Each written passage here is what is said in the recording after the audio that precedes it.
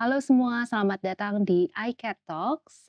Sebelumnya, kami ingin berterima kasih kepada sponsor kami Malka atas dukungannya. Dan di iCat Talks kali ini saya, Amanda Aryawan, kedatangan satu studio yang berbasis di Bandung bernama The Baby Birds yang sudah hadir bersama saya kali ini.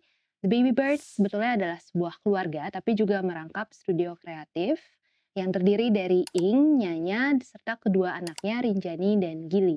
Mereka senang melakukan proyek DIY bersama, membuat merchandise untuk dijual, mengerjakan proyek-proyek commission di studio rumah mereka, dan berbagai kegiatan kreatif lainnya.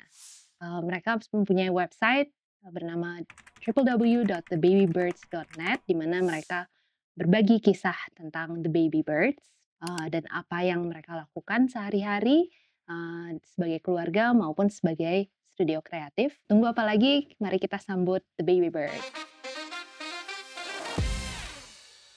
Hai Rinjani, hai Kak Ing, Halo. selamat datang di Kemang. Jauh-jauh dari Bandung ya. Iya. Lumayan. Thank you banget sudah datang hari ini. Nah, Kak Ing dan Rinjani hari ini sebetulnya mewakili The Baby Birds yang sebetulnya terdiri dari 4 anggota keluarga ya. Jadi ada Iya. Nyanya, Mbak Nyanya juga dan adik Gili. Iya.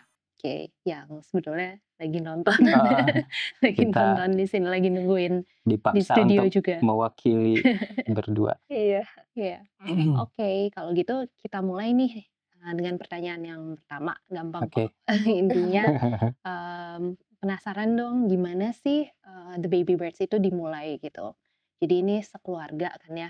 Terus apa yang membuat Kak Ing atau Rinjani atau mungkin Mbak Nyanya gitu ya, suatu hari berpikir, wah kayaknya kita harus jadi kolektif juga deh atau studio kreatif juga gitu.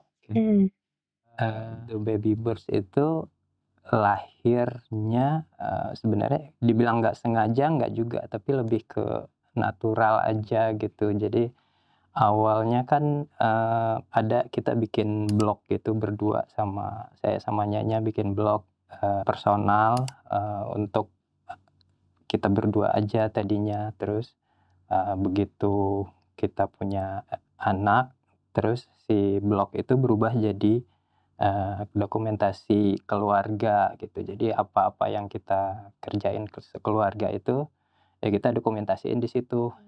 Terus ya standar orang tua yang baru euforia punya anak pertama, apa-apa pengen personalize gitu. Jadi anaknya pengen punya baju yang pengen dong karya sendiri di bajunya gitu, atau pengen punya mainan yang kita bikin sendiri gitu. Nah, hal-hal yang kayak gitu kita dokumentasiin di blog. Karena waktu itu bikin itu nggak bisa satuan, jadi kayak bikin t-shirt gitu kan nggak bisa satu. Jadi kita bikin 2 lusin di vendor baju. Jadi satunya buat Rinjani, 2 lusin kurang 1 berapa? 2. Sisanya kita jual dan lucunya banyak yang mau, dan akhirnya ya udah karena emang kita basicnya orang kreatif, jadi si project lucu-lucuan tadi itu kita treatmentnya sama kayak brand jadinya, karena emang sehari-hari udah bikin logo, udah mau develop brand, jadi ya udah naturally jadi brand si The Baby Birds ini. Dan terus tuh ya sampai sekarang Iya. jadi The Baby Birds. Iya. Iya. Oke. Gitu deh.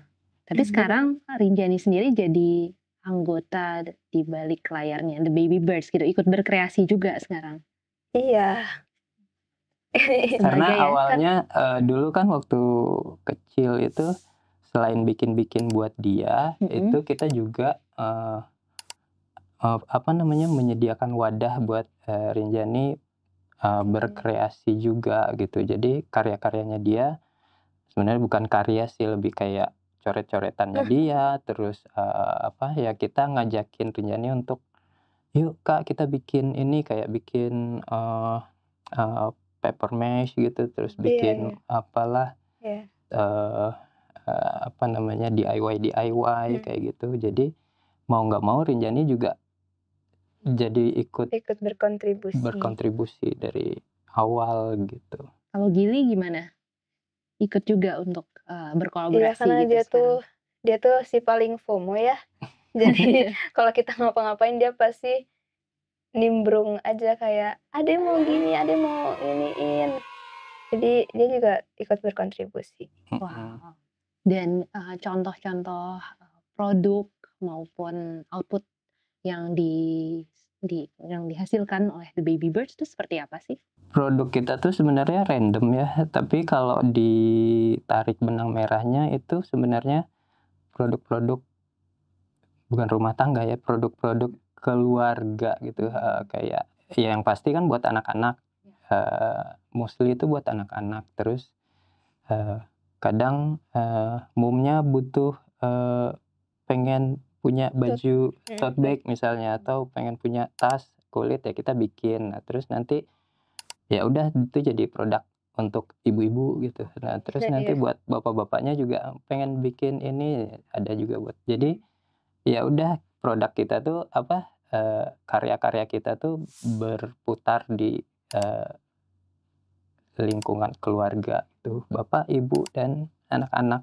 iya. Oke. Mungkin aku punya pertanyaan buat Rinjani nih Mhm. sekarang gitu. Rinjani sendiri memang punya hobi di seni ya? Mmm, Atau apa sih hobinya Rinjani gitu sehari-hari? sebenarnya mungkin kalau misalnya aku bilang hobi aku ngegambar gitu, itu terlalu expected ya. Terlalu Sebenarnya. B aja gitu. Iya, kayak ya Iya pasti, udah karena sih. keseharian aku, apa sih, arts and craft, gambar-gambar, DIY gitu. Tapi kan kalau kesehariannya gitu lama-lama bosen juga ya. Jadi, aku tuh sebenarnya sekarang lagi hobi dance, aku ikut contemporary dance, Wow. gitu. Di rumah mungkin selain, sehari-hari bersama keluarga menjalani aktivitas sehari-hari, tapi juga ada kerjaan studio juga nih mungkin ya Mhm, sesekali gitu. iya. Nah, Rinjani sendiri untuk menjaga keseimbangan ini, work life balance ini tuh seperti apa sih? Mungkin ada tips gitu, Mmm, caranya gimana? mungkin karena kita itu sekeluarga ya, jadi keseharian kita tuh bareng-bareng terus. Mmm, Jadi kesempatan buat ngobrol soal soal apa sih? Soal apapun ya soal soal apapun itu tuh kerjaan maksudnya ya, iya, itu soal bisa kapan aja, bisa pas di meja makan lagi makan malam, atau misalnya sebelum tidur mau ngobrol-ngobrol dulu, atau pagi-pagi, bahkan kayak perjalanan ke sekolah gitu, itu tuh, eee, pasti ada kesempatan buat Ngobrol, ngobrol iya. gitu. Jadi kayak it's not that hard, maksudnya nggak eh, harus, ngeluangin banyak waktu sih sebenarnya. Jadi itulah kehidupan heeh, Iya. berkeluarga, tapi juga sebagai kolaborator gitu ya heeh, dalam satu Iya. studio kreatif. Wah, menarik sekali. Nah, kalau ngomong-ngomong soal, kerja kreatif gitu kan ya, Mhm, pasti ada aja masa-masa down-nya atau masa-masa mhm, di mana kita kurang inspirasi nih mhm, gitu. Nah, kalau The Baby Birds sendiri sebagai satu keluarga plus, kolaborator gitu ya, colleagues lah gitu kan mhm. istilahnya, gimana sih menjaga keseimbangan itu, sehari-hari dan mungkin bagaimana meng-encourage, satu sama lain gitu ya untuk tetap semangat dan terinspirasi gitu. Biasanya jalan-jalan nggak harus ke specific destination, tapi Mmm. kayak ya keliling-keliling aja, atau mungkin art-nya itu terinspirasi dari obrolan malam-malam kayak, Ya, "Oh, kita terinspirasi dari obrolan kita pas ini," gitu. Jadi oke. kayak, ya dari keseharian kita aja iya sih, iya ya. iya, Selanjutnya nih, mungkin pertanyaannya agak lebih susah. dalam gitu ya. Waduh. Sebenarnya susah juga enggak gitu, tapi terutama Rinjani ini Mhm, semakin aku kenal juga sama Rinjani iya lewat iya. project, kita yang sekarang. Yang mungkin bentar lagi Yang kita obrolin mungkin yang ya, memusingkan itu. yang memusingkan itu, maaf ya.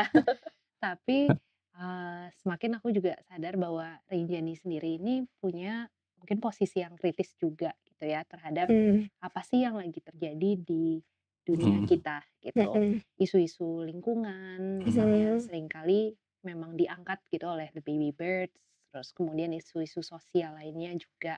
mhm, Nah, mungkin di sini Kak Ing atau, Rinjani bisa nggak menceritakan, recent projects gitu ya, project apapun, ilustrasi, ataupun yang lainnya, yang baru-baru ini, atau yang pernah dilakukan oleh The Baby Birds gitu, Hmm. yang memang mencoba untuk mengangkat atau merespons, satu isu sosial gitu? Hmm. Membiasakan anak-anak untuk bahwa segala yang kita bikin itu pasti keluar dari apa yang lagi kita rasain, apa yang lagi kita pikirin sekarang gitu. Jadi kalau misalnya hati kita lagi fokus ke apa namanya, ke isu tertentu, pasti nanti yang keluar Iya. itu gitu. Jadi yang ada di karya kita pasti itu gitu. Jadi Iya. kalau pengen tahu lebih Perasaan kita tuh gimana, coba Stock Feeds. Stock feeds-nya aja ya? Baby Oke. Bird Iya. gitu. Oke. Iya, jadi kayak misalnya kita lagi sedih, kita lagi marah sama kejadian tertentu, ya kita pasti mau nggak mau pasti keluar di karya-karya kita Oke. gitu. Oke, menarik sekali. Nah, aku pengen membahas satu proyek yang pernah The Baby Birds lakukan di tahun 2023, ada Gulali Festival kan ya? Oh Iya. iya. Nah, itu apa sih keterlibatan The Baby Birds di situ? Mungkin bisa diceritakan, dan prosesnya gimana? Seru nggak? Apa sih yang membuat, proses itu jadi sesuatu yang mungkin sangat dikenang gitu ya? Karena kalau aku ngobrol-ngobrol sama Kak Ing atau, Rinjani juga sempat beberapa kali membahas soal The Gulali Festival Iya, itu. iya. Itu seru sih, salah satu project yang paling favorit ya menurut kita. Soalnya perdana juga itu Ade. Perdana juga itu karya Ade Dari Gili. dari Gili kita karyakan. Dipublikasikan. Heeh. Jadi waktu itu Go kan public. go public dia. Pas banget dia umur berapa ya waktu itu? Pokoknya baru Bertiga kayaknya.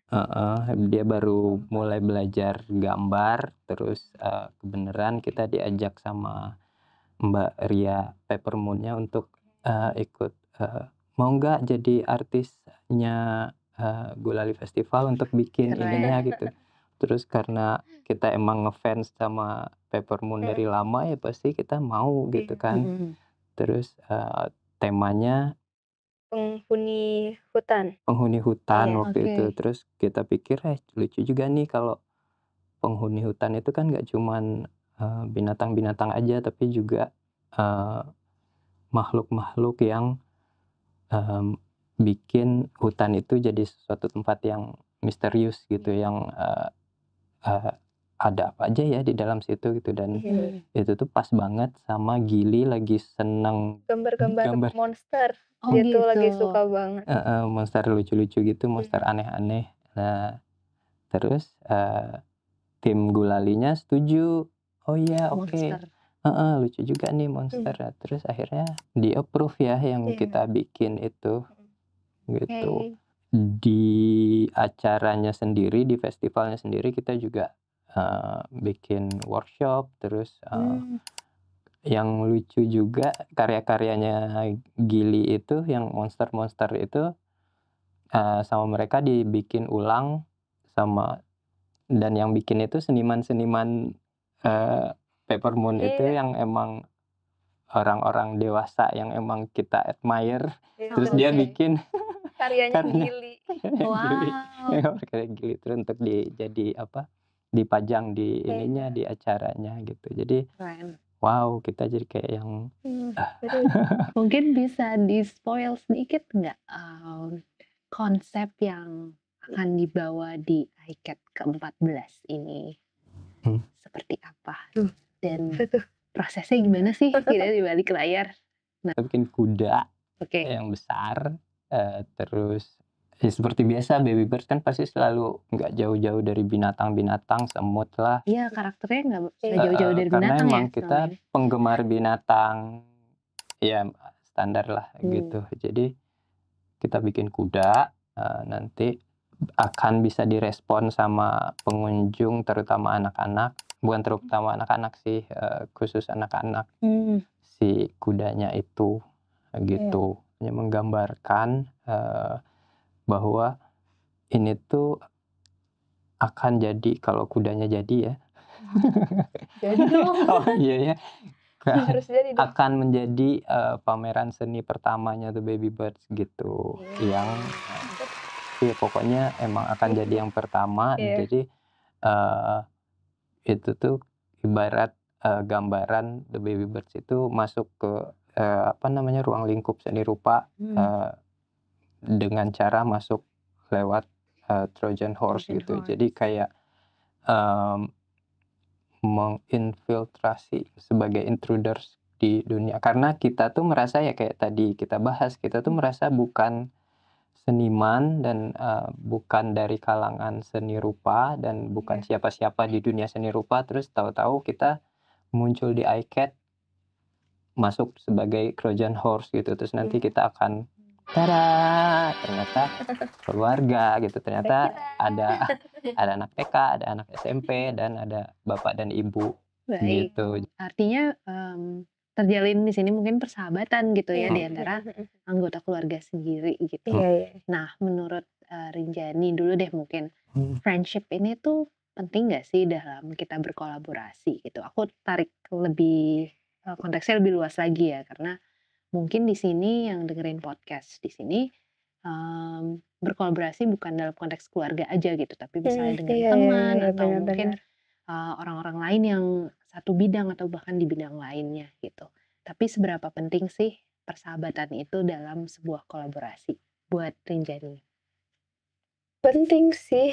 Ya. Karena kayak kalau misalnya di sekolah gitu ya, ada kerja kelompok kan kita tuh nggak mungkin bisa kerja sama orang yang kayak, "Ih aku nggak suka sama dia," terus harus bekerja tapi nggak suka sama orang itu.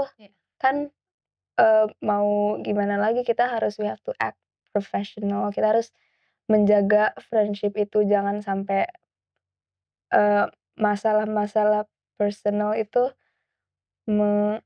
mengganggu kerja yang harus kita lakukan, gitu. Kalau sama adiknya sendiri gitu misalnya? Ya pastinya seperti kakak adik umumnya, pasti ada aja ya berantem kayak ya pasti ada aja lah yang bikin orang tuanya stres, "Kak, adik kenapa berantem terus sih?" Tapi, mungkin karena aku lebih tua ya, mungkin Gili mah nggak mikirin ya soal ini, kayaknya dia sih go with the flow aja. Tapi aku juga ya harus, apa sih namanya, bukan menarik perhatian, apa sih, kayak harus Lebih bersabar. iya, kayak he is just a little kid gitu. Nanti ditonton loh sama Gili. Aduh deh. Ada berantemnya tapi kan aku juga sebagai yang lebih tua aku harus ngalah, aku Sikap juga harus dewasa. iya harus, Wise mungkin? iya harus wise. Terus sih kok nggak ketemu ya kata-katanya? Compromise. Read my mind. Enggak. Memaklumi. Memaklumi. Enggak, bukan itu, kayak apa ya, ya pokoknya sebagai kakak aja, aku itu harus yang lebih perhatian, lebih kayak kita tuh harus kita jangan egois, don't think about ourselves, ini kita mau gini-gini, kita harus mau berkontribusi sama Mumpopo, lagi ngelakuin project apa, ayo kita bantuin, kita, have fun gitu ya, jangan apa ya, ya jangan berantem terus lah intinya. Jangan make a scene Iya. ketika sedang ada project. Pertanyaan selanjutnya nih, The Baby Birds kan sudah dibuat 14 tahun yang lalu. Ih, udah lama ya. Iya, Kayak tua iCat banget. iCat ke-14 itu tapi juga The Baby Birds ke-14. Wah, iya. Nah, selama 14 tahun ini berjalan, apa nih cita-cita The Baby Birds ke depannya? Apa ya? Kita apa ya, sebenarnya kita pernah ngebahas ya soal ini. Kita tuh as a family pengen banget bikin mural ya, Hmm. Oke. really big mural yang gede banget di satu gedung gitu Mm-mm. ya. Mm-mm. Ya, ya pengen Yang artwork kita digambar sendiri gitu iya ya, yang di iya, apa? beneran hand painted gitu, Mmm. eee, sama pengen apa sih, go international Iya. aja Oke. kayak ya pengen artwork kita dikenal banyak orang gitu, ya. Kalau dari Kak Ing mungkin ada tambahan cita-cita The Baby Birds sebagai founder gitu? Wah, Founder. founder. Banyak sih kalau kepengenan mah, Mhm. eee, tapi, pengen The Baby Birds itu punya bener-bener satu, eee, studio, beneran studio yang, Mmm. studio kecil yang merangkap tempat Iya, kita bekerja, terus sekaligus tempat, kita juga kita tuh seneng banget, eee, mengundang teman-teman untuk Oke. ngumpul, ngobrol gitu. Jadi iya, bisa tempat nongkrong teman-teman, terus, bisa, buat, bikin-bikin, berkegiatan bareng-bareng. Terus Mmm. kalau misalnya ada yang mau, nanya-nanya tentang apa yang kita kerjain juga bisa datang by appointment nanti. Mmm. Kalau mau ngebahas cara bikin brand gimana sih, kayak gitu, atau cara bikin ilustrasi ini gimana. Jadi kayak Oke. lebih kayak gitu sih yang apa, punya studio yang membawa manfaat buat banyak orang gitu, dan itu tuh pengennya kecil-kecilan aja karena Mmm. kita suka grogi ya kalau banyak orang mah. iya. Terus studio kita sekarang itu that one little room di rumah kita yang Iya, selalu berantakan. heeh, Oke, thank you Rinjani dan Kak Ing atas referensinya. Semoga itu juga jadi referensi yang menarik bagi para Iya, penonton podcast ini. Sekaligus itu menjadi pertanyaan terakhir dan mengakhiri perbincangan kita hari iya, ini. Kita senang oke. banget, iCat senang banget udah bisa ngobrol-ngobrol lebih dalam lagi sama The Baby Birds dan look forward untuk, karyanya di iCat. Oke. Oke, Terima kasih banyak semuanya sudah menonton episode iCat Talks kali ini. Kami berterima kasih lagi juga kepada sponsor kami yaitu Malka atas dukungannya dan tonton episode selanjutnya dari iCat Talks. Makasih Rinjani dan Kak Ing. sama-sama. Dadah. makasih, Dah. bye.